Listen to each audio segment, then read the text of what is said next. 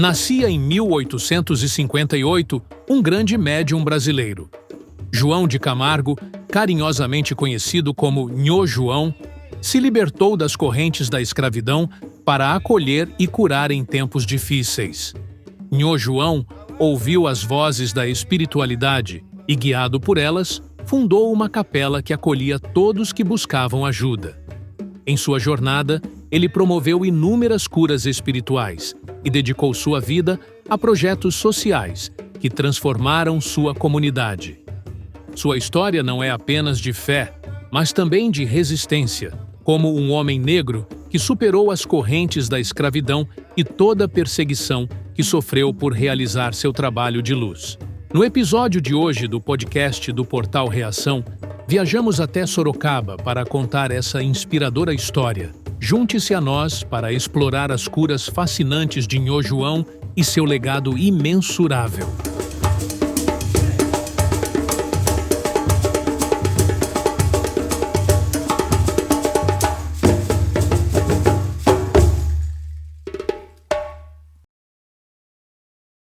Olá pessoal, sejam muito bem-vindos a mais um vídeo do Portal Reação. Estamos aqui em Sorocaba hoje com duas pessoas muito especiais para falar de João de Camargo, esse médium tão fantástico que passou pela história do nosso país.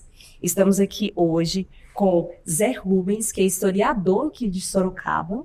Muito prazer, Zé. Obrigado pela presença. Muito obrigada por ter nos acolhido aqui, viu? E também estamos com o Adriano, que é dirigente aqui da Capela Sinônimo do Bonfim. Obrigado. Muito obrigada por nos acolher. Então, pessoal, eu vou começar com uma pergunta que vocês podem responder livremente, tá? Inclusive quando sair para o processo, tá certo? Quem foi João de Camargo, mais conhecido como Nhô João? Foi um ex-escravizado, nasceu em Sarapuí, aqui no interior de São Paulo. Na época da abolição, ele vem para Sorocaba e chega em Sorocaba num período muito crítico. Depois a gente vai falar sobre ele. Mas ele dedicou a vida toda dele no acolhimento às pessoas. Numa época de tanta dificuldade que, naquele período, um líder carismático é essa grande figura. A todos ele acolhia com generosidade e deixava bem claro, não sou eu que curo, é Deus e sua fé. Mas quem não precisa até hoje alguém para ouvir, para acolher, e ele acalmava as pessoas, orientava. Isso é muito bom. João de Camargo, acho que ele viveu na plenitude o que Jesus veio ensinar, né? A prática do amor e caridade, que é o que ele fazia, né? Era amor e caridade. Ele acolhia as pessoas, escutava, dava oportunidades, né? Dava um abraço, estendia as mãos, falava palavras bonitas, diante daquilo que passavam para ele, fazia os encaminhamentos dos chás, das ervas, e ajudou muita gente. Hein? Sim, e o mais, foi muito perseguido, tanto pela igreja da época, a polícia da época, como curandeiro, enfim, tudo mais. E não desanimou. Isso não abateu, pelo contrário, o fortaleceu. Ele acreditava e sempre acreditou, e até o fim da vida, aos 84 anos, se dedicando às pessoas. Hoje, qualquer tropeço a gente já desanima, né? Imagine, independente disso, numa cidade tacanha, retrógrada e tudo mais, e ele sobreviveu a essa crise. Porque período de paz é fácil fazer bolo, né? Agora, período de crise que fortalece, e ele é um grande exemplo disso. Deixou um grande ensinamento nesse tempo, né? Você estava falando, Zé, sobre o contexto, né? Que era um contexto muito difícil. Como era esse contexto, né? Era uma época de escravatura, né? Como que foi essa beleza? Vamos pegar 1850 e pouco, quando ele nasceu, Sarapuí. Aqui era uma região de muitos escravizados. E quando chega a abolição só vai despejar essa massa de analfabetos, despreparados, à margem da sociedade, até hoje a grande maioria. E nesse período também acontecia aqui as feiras de muares. Sorocaba foi um centro comercial do Brasil, era de comércio de mulas. Se a gente estudou o ciclo do ouro, da cana, do café na época da escola, eles existiram de fato porque o caminhão da época para transportar esses produtos vinha adquirido em Sorocaba as mulas que os sorocabanos compravam no sul e comercializavam aqui. Então Sorocaba era maior que a capital São Paulo no período das feiras, vinha muita gente. Então essa troca, né, mas daí surge a febre amarela, 1897. Assusta todo mundo, acaba as feiras, acaba a economia, a cidade paralisa até 1900. Quem tinha condições sai da cidade. Enfim, o próprio João de Camargo foge, né, no sentido de se preservar. Mais de 600 pessoas morreram. Imagine hoje, como na época da pandemia recente, passava um carroção da prefeitura recolhendo os corpos. Você não tinha direito nem à despedida. Abriu-se uma vala ao cemitério onde eles são depositados. Período muito triste. E nesse período ele vai viver. E na época também houve um grande sacerdote, Monsenhor João Soares do Amaral, que se dedicou a vida inteira e se sacrificou também. Os escravizados deles, não eram mais escravos, os auxiliares, fechavam ele no quarto, ele pulava a janela para dar assistência. O bispo de São Paulo veio aqui e era visto picando toicinho, distribuindo. E daí trouxeram Emílio Ribas e conseguiram em 3 meses formar uma equipe de assistência aos doentes, as famílias que ficaram desamparadas e a saúde, que foi um projeto para a época maravilhoso. E nesse período ele vai viver. E daí ele vai passar por crise. Sorocaba teve gripe espanhola, crise de 29, sobreviveu, uma época difícil. Ao mesmo tempo que chegam os imigrantes espanhóis, alemães, mais espanhóis. Na febre amarela mesmo falavam que não acreditavam que era mosquito, que era doença de alemão. Então, mais esse preconceito. Então, uma época bastante crítica, né? Aí ele viveu nesse contexto. E como é que foi essa trajetória, né? Falando assim, desde quando que ele nasceu e a trajetória dele, cronologicamente falando, né? Até ele iniciar os trabalhos. Como é que foi esse processo de crescimento dele nesse contexto que fez com que ele chegasse a um dia fazer os trabalhos dele? Como é que foi? Então, ele nasceu em Sarapuí, em 1857. Em 1853, ele viveu 47 anos no século XIX e 47 anos no século XX. Olha! Até nisso. Ele faleceu em 1947 e nasceu em 1853. E aí ele teria nascido em Sarapuí, né, na fazenda dos Camargo, por isso João de Camargo Barros. Interessante. Que antigamente o sobrenome era dado por conta da sua origem de família, onde sua família trabalhava. Mãe conhecida, a Inha Chica, que era uma benzedeira já de muita fama, uma médium muito poderosa, que ensinou a ele, na época que eles viviam na fazenda dos Camargo. Tem gente que diz que um pouco antes da abolição eles já teriam vindo para cá, tem gente que diz que foi na época da abolição mesmo, né? Não é só o fato, mas também não tem tanta relevância. E aí ele veio para Sorocaba e começou a trabalhar nos subempregos que tinham. Ele trabalhava fazendo tijolo, trabalhava de limpeza, ajudante de obras, cozinheiro, fazia o que as oportunidades que apareciam ele ia fazendo. Casou, né? Casou com a Rosália. Ficaram casados por 5 anos, e aí que o Zé comentou, na época da febre amarela, ele saiu de Sorocaba, também foram, acho que voltaram para Salto de Pirapora, ou Pilar do Sul, né? Salto de Pirapora, né?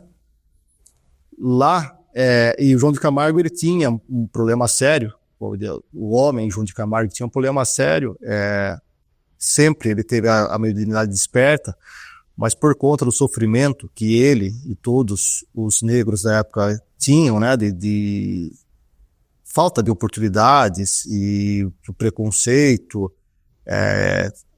começaram a taxar os negros de vagabundos, né, essas coisas todas tristes que a gente sabe. E eu acho que para esquecer isso tudo, e também por causa das vozes que ele dizia escutar na cabeça, ele bebia demais. Bebia muito, muito, muito, muito. Eu acho que não devia ser fácil para a Rosália, a esposa dele, conviver com uma pessoa assim também, porque ele trabalhava o dia inteiro, disse que trabalhava demais, mas chegava no final da tarde, ele se embriagava, acho que para esquecer dos problemas, alguma coisa, e acabaram se separando. Não se tem mais notícia dela, e ele pega e retorna para Sorocaba já em 1900, né? E nessa época a febre também deu... Já estava acabando. Tava acabando e logo depois veio a gripe espanhola, né? E enchente de 29. E a enchente de 29. E aí, quando ele vem para Sorocaba, ele piora mais ainda, na questão da bebida. E aí, diz a tradição que em 1907, a cidade de Sorocaba era pequena ainda, e aqui onde a gente está na capela era uma estradinha que se chamava Estrada do Quiló, era uma trilha, uma picada aberta. Fim do mundo. Fim do mundo. Que não era cidade, era mato, era fazenda. Uma trilha para ir até a fazenda do Quiló. E ele, um belo dia à noite, ele, depois de beber no bar que ele frequentava, ele estava vindo embora e parou na capela de Alfredinha, na cruz, para acender a vela, como ele fazia todos os dias antes de ir para a casa dele.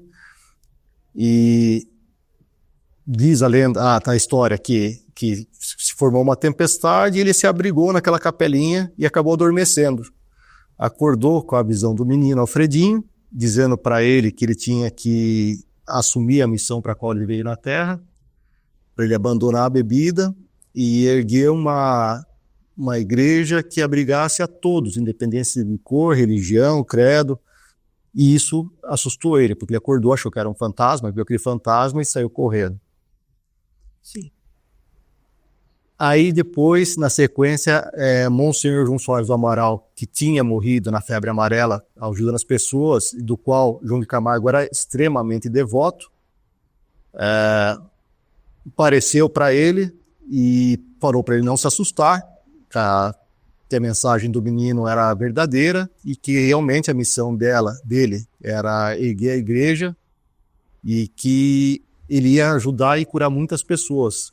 Então ele aceitou a missão e começou.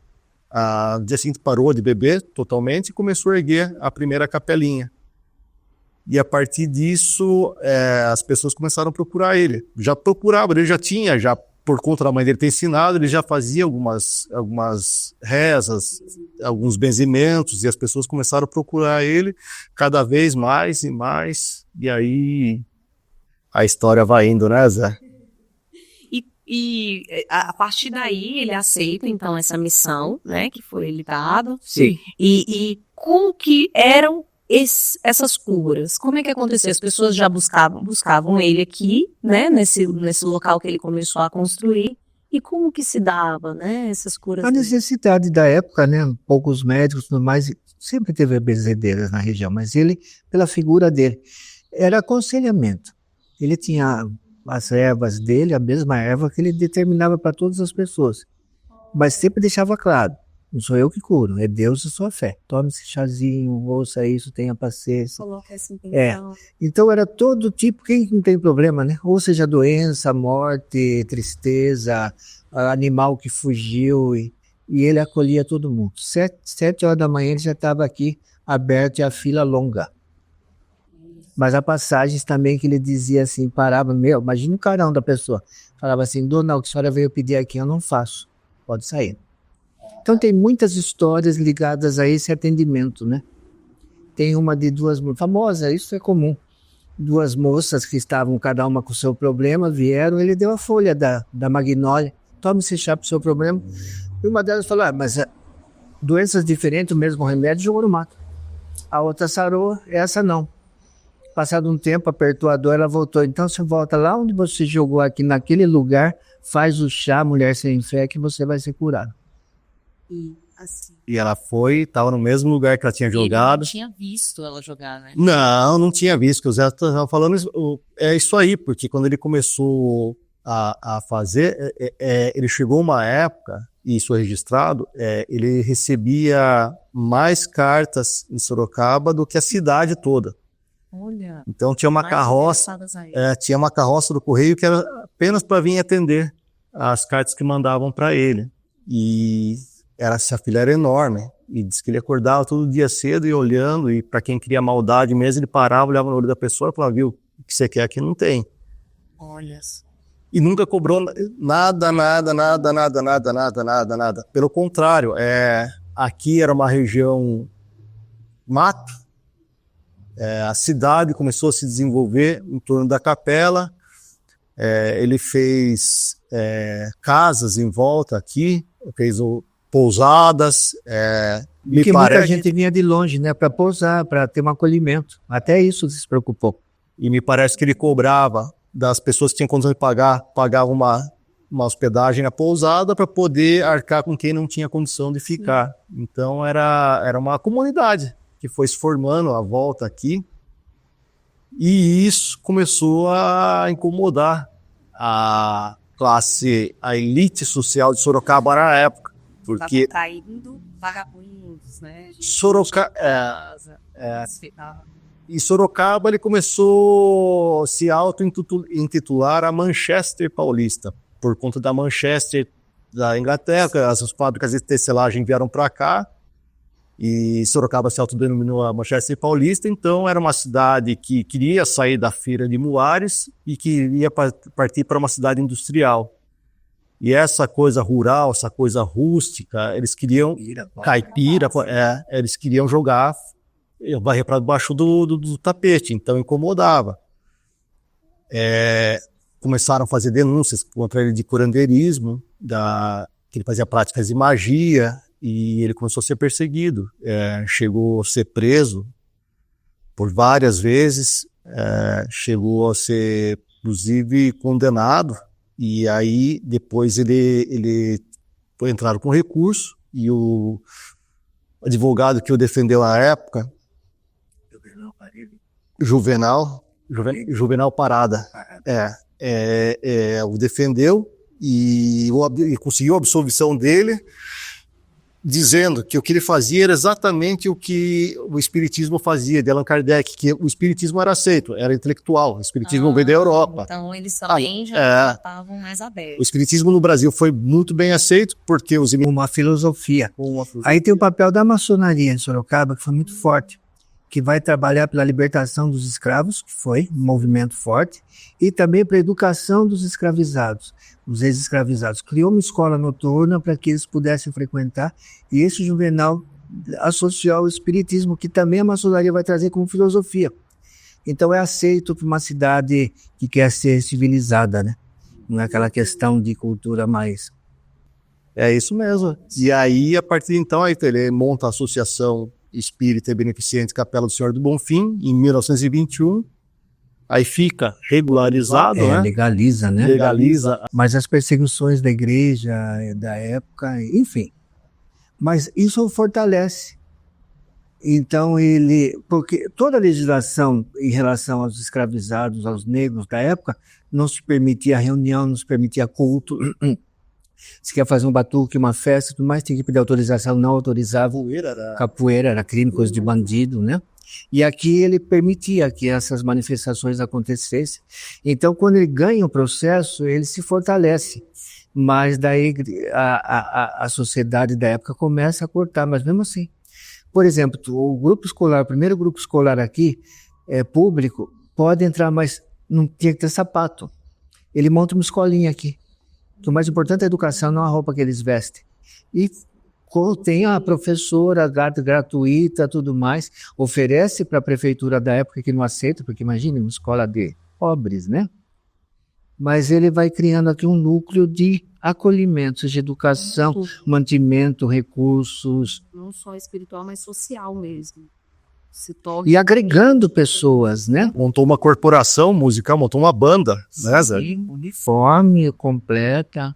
E chamava os jovens que estavam aqui para formar. E mais curioso, o regente tinha formação, vem de uma tradição, mas a maioria dos músicos analfabetos, não sabiam nem a partitura, mas eles usavam estratégias de tipo Paulo Freire, né? Então essa nota vale um milheiro, um milho, meio milho. E era uma das melhores bandas de Sorocaba, se apresentavam aos domingos. Pela qualidade, pela musicalidade. Tem um fato curioso que uma banda veio, era muito comum, né? Tivemos 8 bandas. Uma banda veio de fora, tocou uma música que eles não conheciam, eles pediram uma cópia. Ah, não, essa é nossa. Então toque de novo. Tocaram. Na despedida, que eles foram despedir a banda da estação, a banda de João de Camargo repetiu a mesma música. Pegaram de ouvido. Aguçado, que lindo, gente. São muitos trabalhos, muitas linhas de trabalho de acolhimento, né? Como vocês começaram falando, assim, que parece ser É a a grande palavra palavra que define que todo esse define, contexto. né? Muito bonito ver isso. E assim, as pessoas, quando vêm à capela e veem as diferentes imagens, né, que parecem representar diferentes religiões, tem essa percepção de como se o Nhô João tivesse criado a própria religião, né? E como é que vocês veem isso, assim? Vocês sentem que ele conseguiu todo esse diferencial de acolhimento que era o cerne dele, criar uma nova religião? Ele ouvia, né? Ele era um médium auditivo, né? Principalmente. Então as instruções que ele recebia eram principalmente das entidades que iam trabalhando, iam passando as instruções para ele. Então ele não seguiu nenhum dogma, não se intuiu, até onde eu sei. Ficou restrito, né? Restringiu. Não.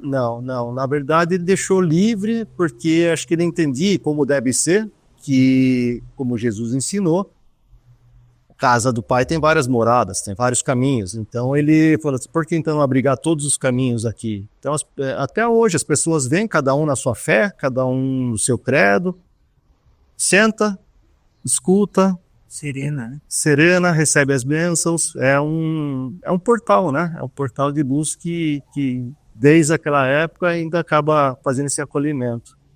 E os casos de cura, assim, são inúmeros casos, e os relatos também que é feito na época, as histórias que são contadas, que foram registradas.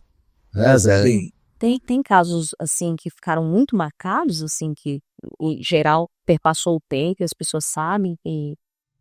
Mas questão de doença, né, de meninas com problema bócio, né, falta de deformações, e ele dava todo atendimento. E como ele falou, correspondência, você não podia vir aqui, dava atendimento. Cartas da Europa, Correio de la Serra da Itália, fez uma matéria maravilhosa sobre ele, na época. Enfim, me fugiu, mas... Voltando à capela, o que eu acho mais bonito aqui como núcleo cultural, você vê as diferentes crenças presentes na região no mesmo nível de respeito. Além disso, toda a arquitetura caipira, né? Parece que você se reencontra de um tempo que você não viveu, mas canta aqui dentro. Então, como a Adriana falou, você se sente acolhido, tranquilo, serenou, sossegou um pouquinho, bebe a água ou fica quietinho. Estamos numa das avenidas mais movimentadas, mas parece que não estamos. Como ele falou, um portal sossegado. Sim, você é transportado para aquela realidade do isso também, né? Você se restabelece, reequilibra e toca a vida. Mas as histórias as histórias que vêm são aquelas mais interessantes, né? Que vai contando a tradição. Tem aquele caso a família trouxe a menina para cá, se não me engano, a família de Itapetininga, se não estiver enganado. Ela tinha se engasgado com alguma coisa e não conseguia falar. Estava ali. Estava engasgado. Trouxeram ela aqui para conversar com ele. Ele atendeu, fez a bênção que ele fazia e, como sempre, ele deu a magnólia, o chá de magnólia, para a menina se curar, né? E aí, acho que no mesmo dia que ele fez a bênção, né, que ela estava com a magnólia, acho que pegou a água, tudo, ela tomou e ela começou a tossir e saiu. Expeliu um osso de galinha que estava enroscado na garganta dela. Aí ele pegou, olhou, chegou no ouvido dela e falou assim, viu, filha, por isso que não pode comer carne na sexta-feira santa. A menina nasceu na semana anterior, tinha comido frango na sexta-feira santa. Sim. Como é que você faz isso?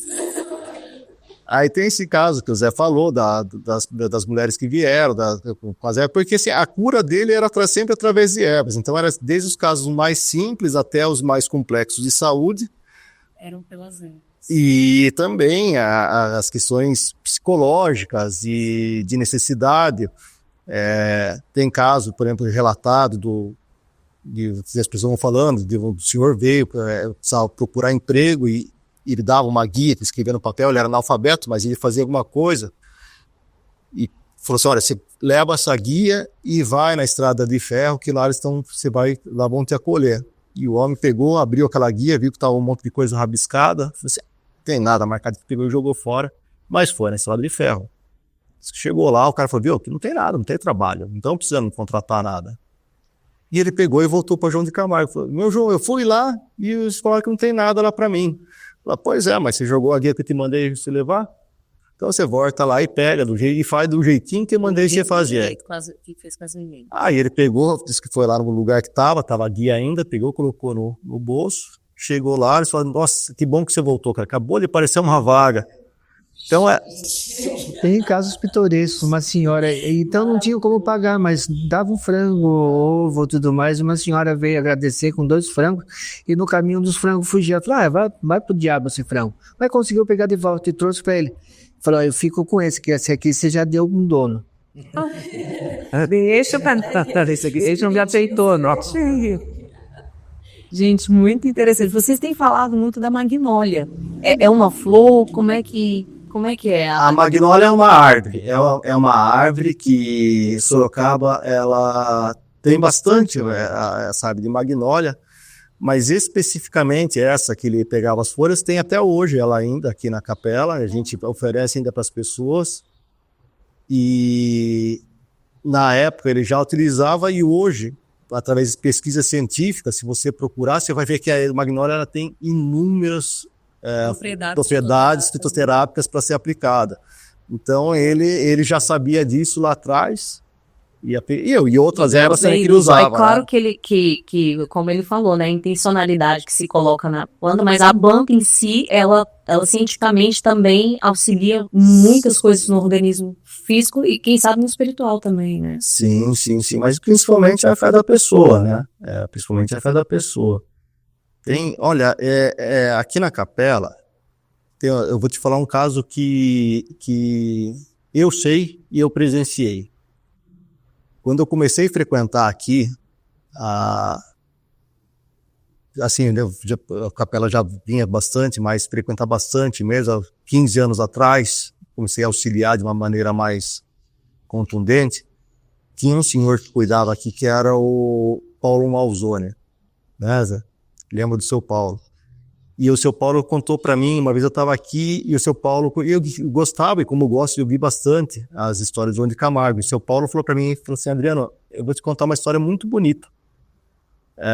Aqui ao lado tem hoje um hospital que chama GEPAS, um hospital de câncer infantil, que atende também o Brasil todo. Mas quando estava construindo esse hospital, o Paulo falou que estava andando pela capela, né, fazendo o trabalho dele, e viu um moço e uma moça sentados, um aspecto muito preocupado, e ele gostava de conversar com as pessoas, e ele foi conversar com esse casal que estava, e o rapaz se apresentou, e falou assim, não, a gente trabalha na construção ao lado, que é um hospital que a gente está fazendo, e a gente saiu um pouco lá do barulho das obras para poder vir aqui pensar. E eles não conheciam o João de Camargo, não conheciam, eles eram de São Paulo, não conheciam nada da história. Porque a gente tem uma conta muito elevada para pagar na semana que vem e talvez a obra pare porque não está sem dinheiro para pagar. Aí São Paulo, como falava para todo mundo, falou assim, olha, pede para o João e entrega para a espiritualidade. Faz com fé que... Isso foi numa terça-feira, São Paulo me falou. Aí ele falou que depois, na semana seguinte, esse casal voltou para cá para dizer que na sexta-feira daquela semana eles estavam na obra, próximo das 6 horas da tarde, diz que alguém chega no portão e bate. A moça, que era a secretária dele, foi lá ver quem era e falou assim, olha, tem gente aí no portão e quer conversar, que eles querem saber o que vai estar sendo feito aqui. Eu falei, sexta-feira, 6 horas da tarde, cara, dispensa, né? Aí disse que a moça estava indo lá e falou assim, não, mas deixa eu ir lá ver o que é. Aí foi lá conversar, a pessoa se apresentou, ele era um agente da Receita Federal, tem em Sorocaba, e eles falaram assim, olha, a gente queria saber o que é aqui. Ele falou, olha, aqui vai ser um hospital do câncer infantil, que estamos construindo, Aí eu falei, que bacana, é porque a gente tá com uma verba de apreensão da Receita Federal e a gente ia destinar para alguma entidade. E nós estamos escolhendo.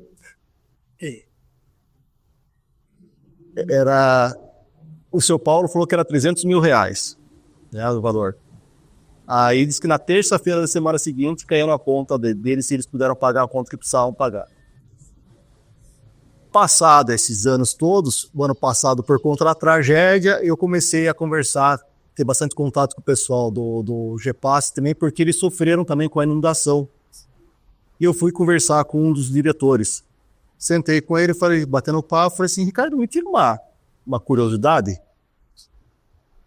Uma vez, o São Paulo Balzoni, que era um senhor que já faleceu, cuidava da pedra, me contou essa história. Contei para ele mais ou menos, falei assim, olha, pode estar errado, mas é do jeito que ele me falou. Você sabe se é verdade? Ele falou assim, Adriano, fui eu.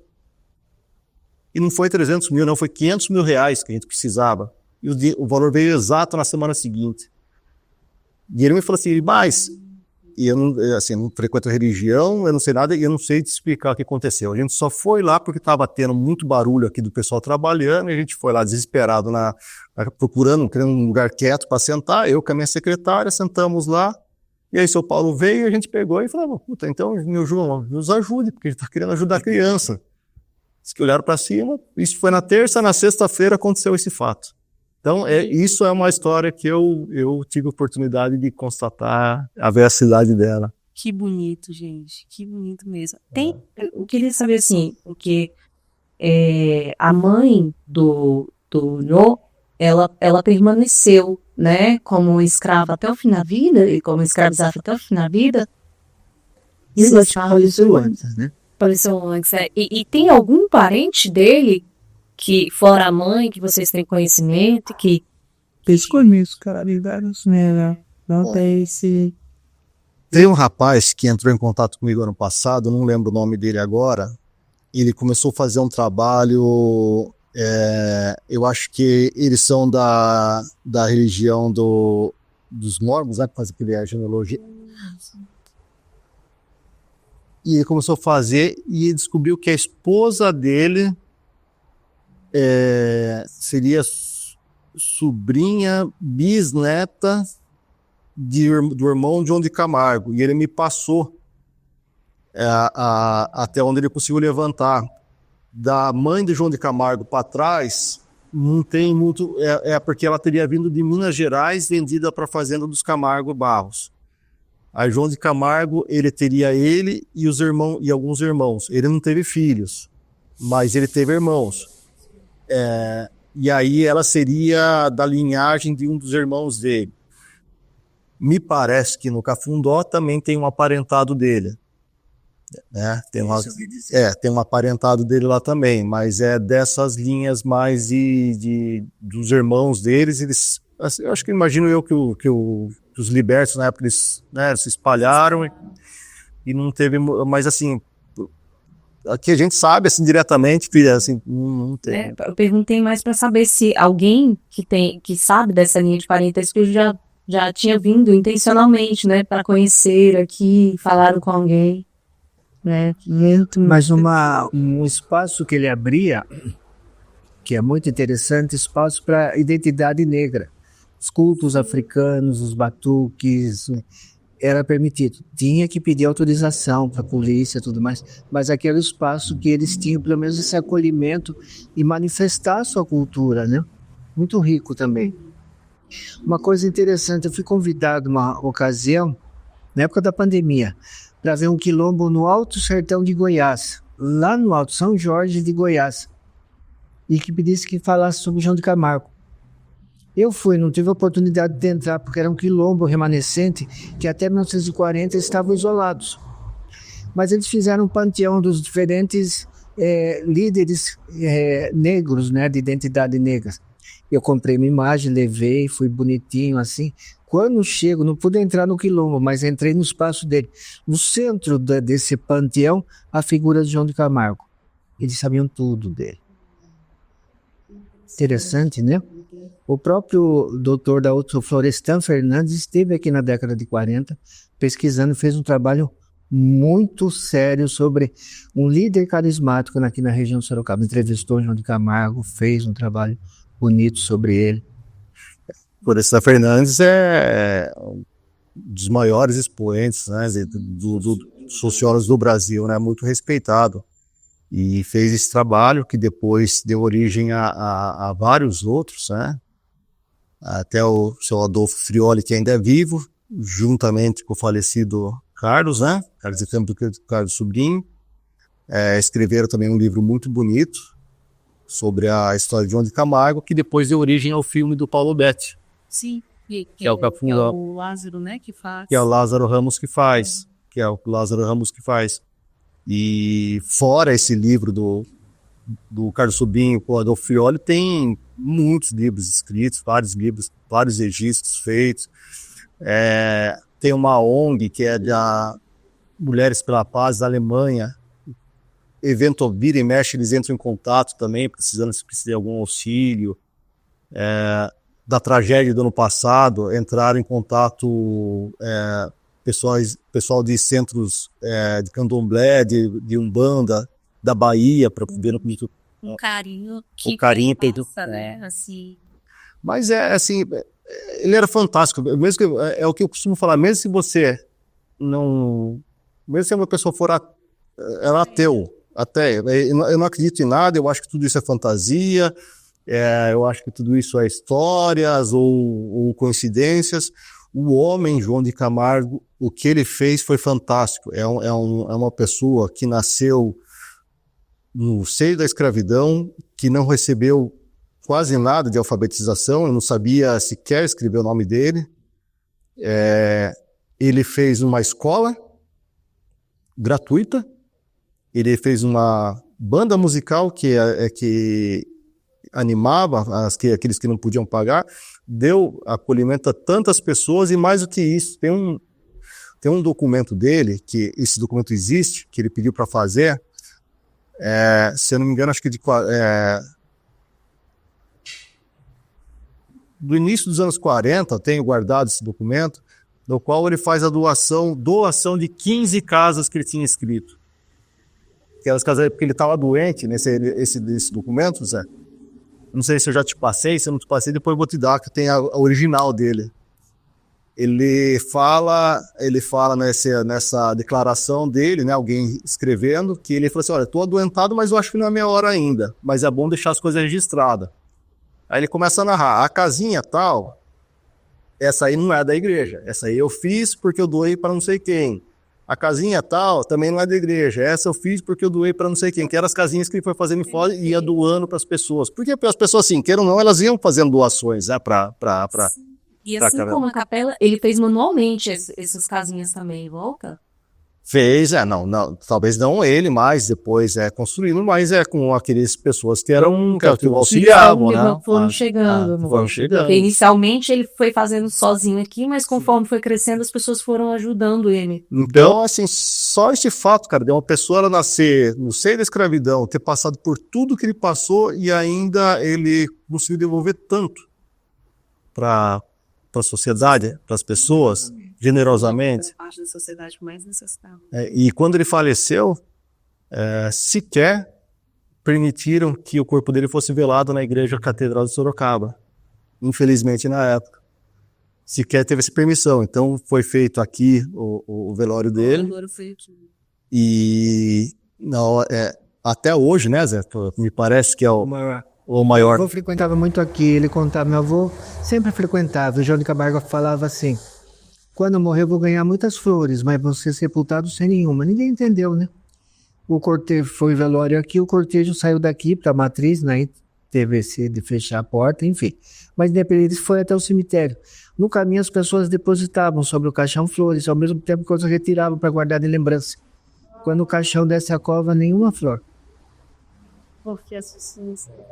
Mas um caso interessante, ele foi proibido. Tudo bem, ele foi preso, ganhou o processo, mas ele tinha devoção às procissões, que ele gostava de participar, era muito forte. Ele mesmo realizava procissões.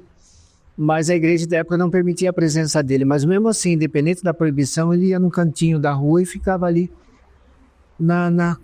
rezando junto. Agora, a procissão passando. Quando percebiam que era o João de Camargo, todos saíam e iam lá. Benção João de Camargo. Um escravizado, negro, pobre, tudo mais. Quem hoje teria essa liderança? Podia o padre estar esbravejando, não importa. O respeito e a liderança que ele tinha pela generosidade ficou marcada. É uma moral. Sim, integridade, sim. Mas tinha umas coisas interessantes. Minha mãe nunca gostou de estudar. E na véspera da prova vinha aqui pedir ajuda. Ele falou, não tem milagre. Ou estuda ou não estuda. Não tem claro. Seus pais chegaram a conhecer Meu os avô, Valdivians? sim, minha mãe. Que lindo, já. Olha que significativo, né? Essa ligação. Sim. Isso é tão bonito. Tem muita história, né? Ah, tem a história, da cruz, que era perto do Sesc, caía sempre, você lembra? Aqui, como teve no interior, muitos casos com violência com crianças, né? Abusos e seguido de mortes. Então, tem várias referências aqui. Uma do menino Alfredinho, que foi um acidente, né? Mas tinha várias cruzes e capelinhas. Então, havia a devoção da Santa Cruz, né? Era muito comum até hoje você ver pessoal mais idoso ou tirar o chapéu, não usa mais, mas fazer alguma reverência para que não falte luz àquela pessoa. Era muito comum deixar uma vela acesa, como ele fazia o culto, né? E, enfim, sempre teve esse culto. E tinha um período do ano que ele ia para Santos. Ele ia para a praia, para a grande mãe dele lá, para ele fazer a limpeza das energias, né? E parece que às segundas-feiras ele não fazia o atendimento, mas ele preservava durante a semana, das 7 até as 11 da hora da noite, quietinho. Agora imagine, não tinha sapato, a maioria das vezes você não vê ele com sapato. Na beira do rio é muito gostoso até quando vem a madrugada, né? Porque vem aquela friagem e só tinha uma telha que ele punha com brasinha ali para aquecer enquanto atendia. E com o passar do tempo ele construiu, tinha a primeira capelinha, a afluência foi aumentando, constrói a segunda, a terceira, mas a procura era tanta que ele vai criar um sistema de pequenos, estreitos corredores, onde ele podia circular, porque se soubesse que ele estava ali, quem que não tem problema para contar, né? Que ele pudesse dar um melhor atendimento às pessoas também. Então ele fazia esse movimento de circular, né? Uma forma de atendimento que não... E ficava ali no trado, ali teve até que pôr um espaço ali para não haver acúmulo. Ali ele acolhia todo mundo, atendia todo mundo. Me falaram que a história do trado, o Zé Rubens, me contaram, não sei se é correto, se não tiver, você me corrige, mas porque ele ficava ali em cima atendendo as pessoas, né? E ele chamava aquele lugar de trado. Aí perguntaram por que chamava de trado para um auxiliar dele, porque ele falou que era lá onde traduzia as mensagens que a espiritualidade mandava para ele. Ele escutava e traduzia para as pessoas, por isso que ele falava que era o trado. Isso mesmo. É isso mesmo, né? Muito interessante. Então ele ficava sentado e ele costumava ficar com a fitinha vermelha, né? A pessoa contava o problema, ele ficava com a fitinha vermelha escutando, e aí depois ele ia passando tudo que é precisando, as orientações que a pessoa precisava para receber. Muito atencioso, né? Muito concentrado, né? E tem uma pergunta. As imagens que são aqui, todas foram doações de pessoas que iam chegando e querendo a simbolização, ou trazer o símbolo da sua crença, ou teve algumas também que ele adquiriu. ele adquiriu. A imagem do Bom Jesus, tem uma Nossa Senhora das Dores, tem várias imagens que ele encomendou e trouxe, Ah, sim. né? Uhum. Mas daí as pessoas trazem imagens, né? Muitas imagens. Tem uma bastante curiosa, peculiar, que eu não vi em lugar nenhum, não é que eu andei muito, mas de Jesus sendo apresentado aos doutores no templo, só vi aqui na igreja de Camargo. E essa série. Uhum. Tem lá no fundo, tem um Jesus preto, que eu também só conheço daqui, um Cristo de negro. Bom, o Bom Jesus da Água Vermelha, eu acho que é daqui, né? Sim, eu acho que ele ganhou alguma coisa. Mensagem que simbolizava o trabalho que ele... Bom Jesus da Água Vermelha, porque não tem outro, que é o que ele pediu para fazer, né? É a Cristo ali, a Ascensão. Ela tá aqui não vai estar assim, uma mais fácil lá no fim, a parte que tá fazendo uma noção. Depois que você ia fazer uma imagem. Tem uma imagem que é atribuída de um santo padre, né? Que é atribuída, não há certeza que ele que fez o rosto, né? Fica numa outra capela. Mas tem essa do filme aí que ele fez, esse é um bom Jesus Água Vermelha mesmo, que ele esculpiu, e a gente tem ela aqui. Que é a que ficava na trunqueira, por conta da enchente ela deu uma deteriorada, mas ela tá aqui para restaurar, ela todas as peças dela estão aqui, mas que foi esculpida por ele mesmo. É uma imagem muito, muito forte, muito, assim, ela tem toda a beleza dela, aquela rusticidade, né, do jeito que ele fazia, mas existe ainda, que é essa que esculpiu, que é a que aparece no filme. Ela existe ainda.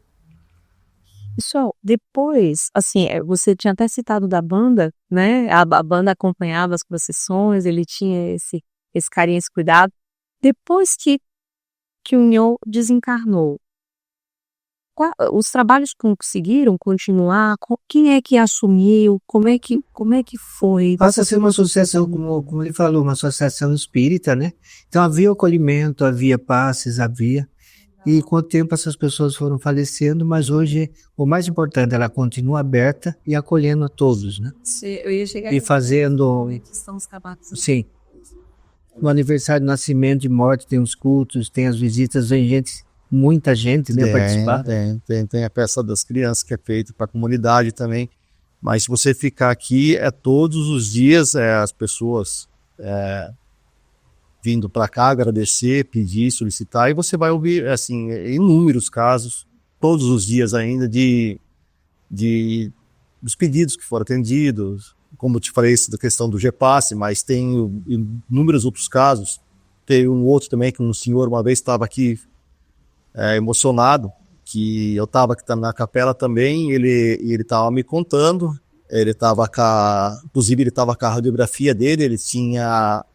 era um tumor no pâncreas, que falou que era muito sério, e que do médico, mas que ele diagnosticado, não tinha muito o que fazer, ele veio aqui pedir, e depois, no dia que encontrei ele estava agradecendo, super emocionado, ele mostrava para a radiografia, olha, meu, não tem mais nada. Ele falou, não tem mais nada. O médico falou assim, o médico não sabe explicar, eu falei, João. Então, assim, até hoje os casos tem inúmeros, muitos casos mesmo. Para além desse espaço maravilhoso que vocês disponibilizam para as pessoas virem, né, nas suas meditações, suas orações, vocês também oferecem água, né? Vocês podem falar um pouquinho da água, que é um elemento muito presente.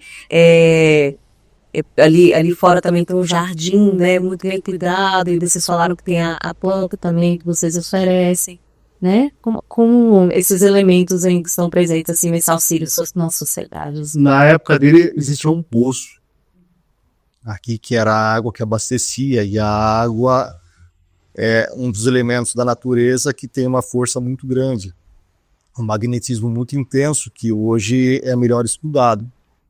E ele já sabia dessas coisas, como ele sabia também do poder das plantas e das ervas desde aquela época. Então é aquela fonte que tem ainda, e as pessoas ainda vêm até hoje em busca dessa água, que ela é magnetizada pela energia da capela. Aqui é um portal muito forte, um centro de energia muito intenso, e as pessoas levam essa água para fazer os seus chás, ou para se banhar, ou para beber, para consumir. Então ela fica à disposição e levam quantos quiserem embora. E a árvore de magnólia ainda existe, a gente ainda disponibiliza as folhas para as pessoas também, para fazer também o chá de banho, para tomar. Tem gente que coloca embaixo do travesseiro para poder ter algum esclarecimento. Mas o mais importante é, como ele falava desde a época, né? Tem que ter a fé, né? A fé que é o elemento principal desses ingredientes todos que ele ensinou para as pessoas. Oferece. As pedrarias também, a gente tinha falado antes, né? Que constituíram aqui a capela. A capelinha de trás também tem essas pedras? Não, é mais simples. É mais simples. Que foi nessa parte nova que daí ele já pegou, começou a fazer desse jeito. Tem um relato dele que ele fala que a igreja dele foi construída sobre a pedra, como firmeza, a rocha, alicerce, né? E a água. A vida, né? A renovação. Então, a relação desses dois elementos. A pedra é para assentar, para te dar uma fortaleza, e a água para que a vida flua naturalmente. E aí continua esses trabalhos com essas pessoas que tinham o atendimento anteriormente com ele, quiseram que toda a assistência prosseguisse. Até hoje estamos aqui. Vocês costumam ter momentos de reunião, seja por festividade, ou palestra, ou estudos? Todos os domingos é mantido o terço, que era uma tradição que vinha desde a época dele. Atendimento espiritual não é feito porque não tem autorização da espiritualidade para se fazer mais. Tá?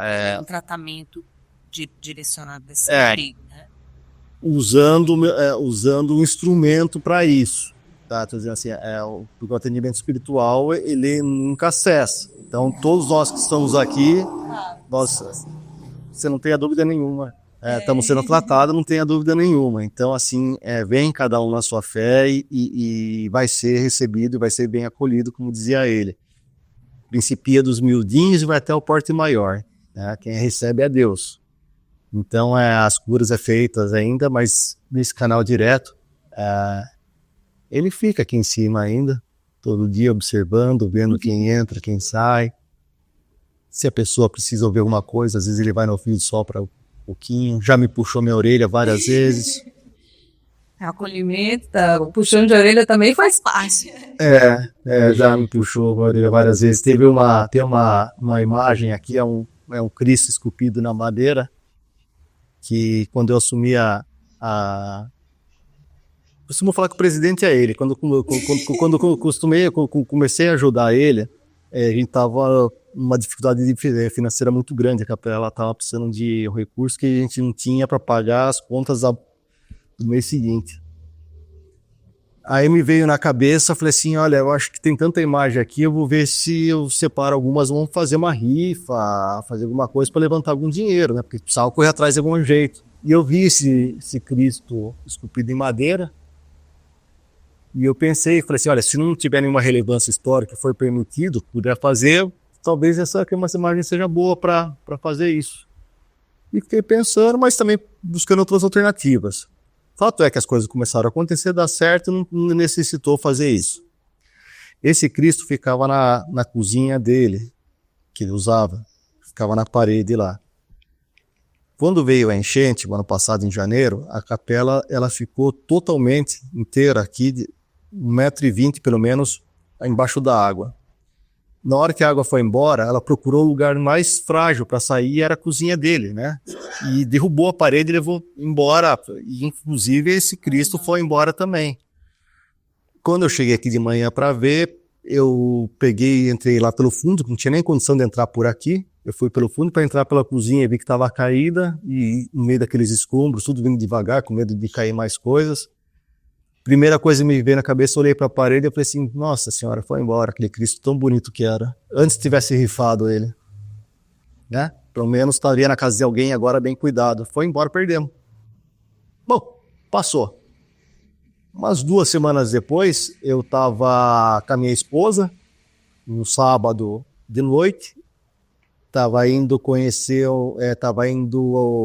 agradecer, na verdade, um dirigente de uma tenda de Umbanda, Francisco de Assis de Sorocaba, que tinha nos auxiliado. Eu estava indo lá fazer um agradecimento para ele, falar obrigado pela ajuda, essas coisas.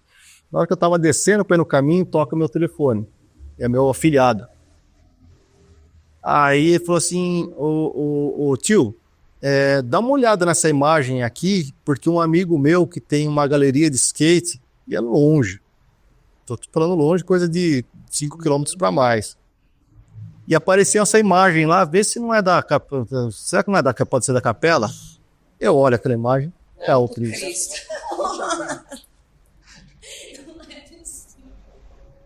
O Cristo retornando. Eu puxão de orelha, depois que eu vi bem na minha cabeça essa mensagem, viu, filho? Você não tem fé? Tá aí, puxão de orelha, você não queria uma prova? Tá aí, não era pra sair de lá, não. Ele tá aqui, esse Cristo tá aqui na nossa texto Aí hoje. nunca mais a pessoa que fala. Você é doido, mais nada. Mais nada. Vai Nada. voltar de outro jeito. Não sai mais nada daqui agora. O puxão de orelha que eu tomei, Não, deixa, porque cada imagem tem sua força. até onde eu sei, não sei se depois o Zé vai complementar isso, ele não incorporava, ele não trabalhava com... ele era um médium auditivo.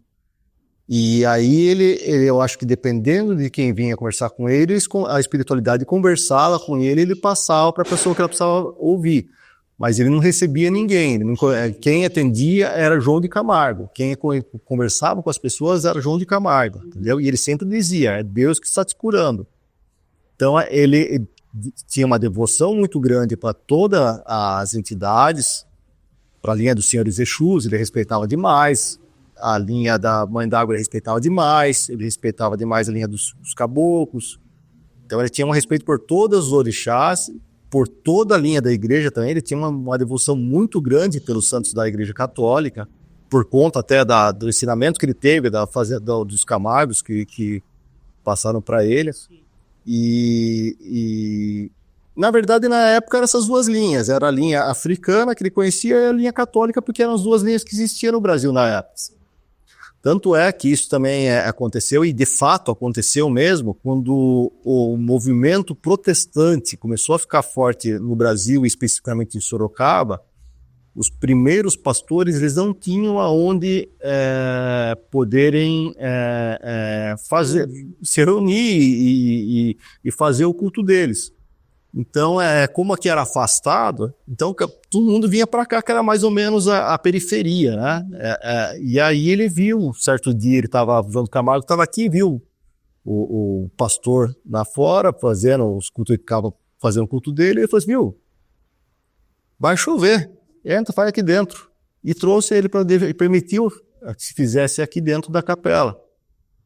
Me parece que ele fez uma ou duas vezes, mas aí o pastor chegou pro João de Camargo e falou assim, ô seu João, você não pode tirar aquelas imagens de lá não, porque minha fé não permite que eu faça o culto com você não pode tirar as imagens para poder fazer.